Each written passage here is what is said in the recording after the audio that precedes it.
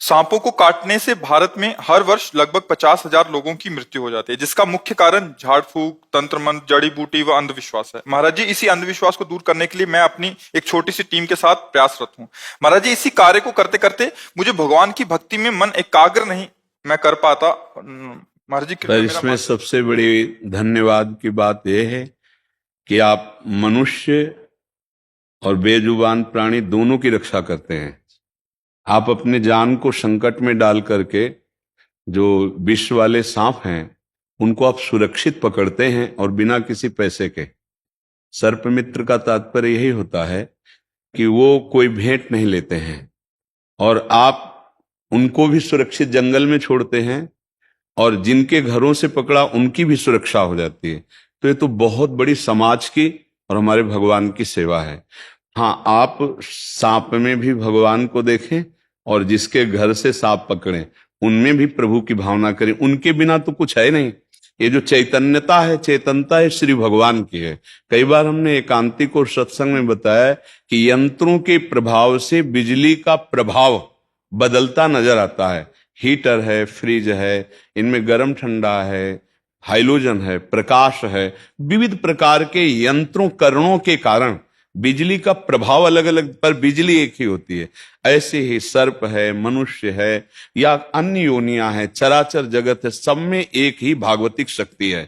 तो सबसे बड़ी धन्यवाद की बात आप में यह है कि आप बिना किसी से अर्थ लिए आप उन बेजुबानों की रक्षा करते हैं। उन घरों में जो भय उपस्थित हो चुका है, यदि आप उनकी रक्षा न करें तो उनको मार डालेंगे, और यदि उनसे चूक हो जाए तो वो उनको डस के मार डालेंगे।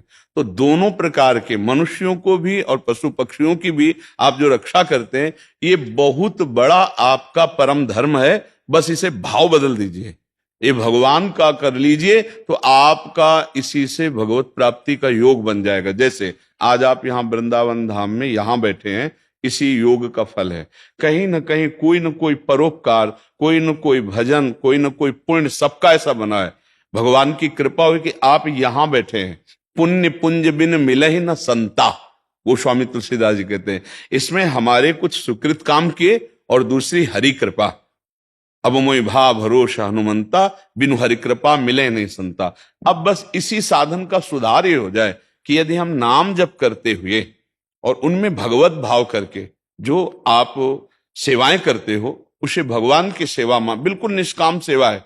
क्योंकि प्राय हम जो सर्प मित्र जन मिले हैं तो उन्होंने यही बताया कि हम अर्थ नहीं लेते। तो सबसे बड़ा कार्य परोपकार का यह होता है कि अपने प्राणों की बाजी लगाकर हम दूसरे के प्राणों की रक्षा करते हैं उन जहरीले जीवों से, जिनके डसने के बाद केवल अस्पताल में ही उपाय है कि अगर तत्काल पहुंचाया जाए तो बच सकता है, दूसरा कोई उपाय नहीं।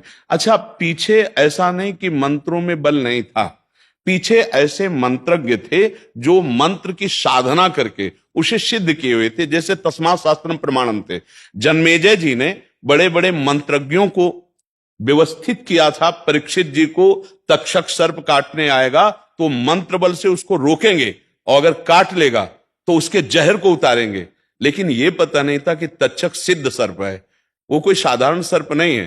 तो ऐसी गति से आया कि किसी का वहां प्रवेश ही नहीं दिखाई दिया कि कब गया। वो पुष्प में लाल रंग का एक दाने के रूप में तक्षक बैठा था, गेहुआ रंग जैसे, एकदम लाल रंग से। और वो जब वहां गया तो अपने रूप में हुआ और काटा, अंतर ध्यान हो गया, और काटते ही वो भस्म हो गए, भस्म हो गए। जहर चढ़ने की बात नहीं थी, क्योंकि सिद्ध सर्पों में तक्षक है। तो वहां आता है मंत्रज्ञ महापुरुषों का कि एक कश्यप नाम के ऋषि थे, तो जो यज्ञ हुई तो उसमें अपराध साबित होना चाहिए। आप समझना उस प्रसंग को कि जैसे तक्षक को साफ हुआ श्रृंगी ऋषि का कि आज के 7वें दिन तक्षक जाकर परीक्षित को काटेगा, तो साप से प्रेरित होकर उनको काटना पड़ेगा।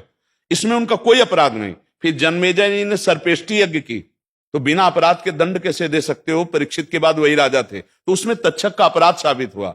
जिस समय तक्षक आ रहा था तो एक कश्यप नाम के महर्षि, आप महाभारत में पढ़िएगा, वो आए तो तक्षक ने देखा ये तो बड़े मंत्रज्ञ हैं, तो उनसे कहा कि आप कहां जा रहे हैं? उन्होंने कहा परीक्षित जी को तक्षक काटेगा और मैं बचा लूंगा। तो बोले इतनी सामर्थ्य आपके मंत्र में है कि तक्षक काटे और बचा लो? तो बोले अवश्य। तो बोले मैं तक्षक हूं, ब्राह्मण के वेश में था, और मैं सर्प रूप धारण करके इस वट वृक्ष को काटता हूं और ये काटते ही भस्म हो जाएगा।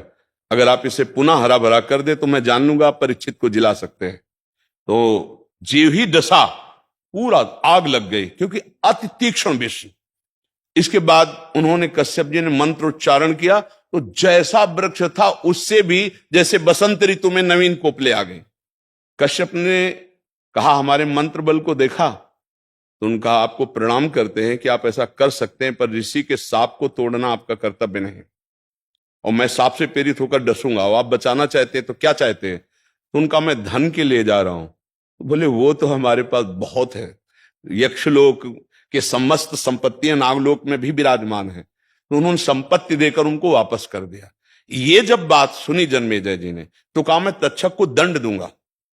मेरे पिता को सांप से प्रेरित होकर काटने आना उनका कर्तव्य था, लेकिन उन्होंने वापस क्यों किया कश्यप जी को? अब मैं ऋषियों के द्वारा ही दंड दिलाऊंगा। तो एक सर्पेष्टि यज्ञ हुई थी, आपने कभी सुना है? सर्पेष्टि यज्ञ हुई थी, उसमें बहुत से सर्पों का नाश किया गया था मंत्र बल से आकर्षित करके स्वाहा। तो वो जिस नाम उच्चारण किया जाएगा सर्प का, वो उसी समय आकर अग्नि में गिरेगा, भस्म हो जाएगा। बहुत से सर्पों का जब नाश हुआ तो जन्मेजय जी ने पूछा मेरे पिता का काटने वाला तो आया ही नहीं। तो उनका वो नहीं आ सकता। बोले क्यों? बोले वो देवराज इंद्र के सिंहासन के पावे में छुपा हुआ, क्योंकि देवराज इंद्र उसके मित्र हैं। तो उनका ऐसा मंत्र नहीं कि मैं देवराज इंद्र सहित सिंहासन सहित तक्षक आ जाए। बोले आदेश कीजिए, संकल्प में तो बहुत बड़ी सामर्थ्य है। अब वो सामर्थ्यवान ऋषि जे ही मंत्र उच्चारण किया तो देवराज इंद्र कूद पड़े सिंहासन से, और सिंहासन सहित तक्षक चीखता हुआ आकाश में आया। सो वासुकी नाग की बहन के लड़के थे आस्तिक ऋषि, वो तत्काल वहां उपस्थित हुए, उनको इसीलिए भेजा ही गया था। उन्होंने कहा तिष्ठ। अब ब्रह्म ऋषियों का तप बल वहीं आकाश में रुक गए, और जन्मेजय जी से कहा भिक्षा मांगता हूं मैं।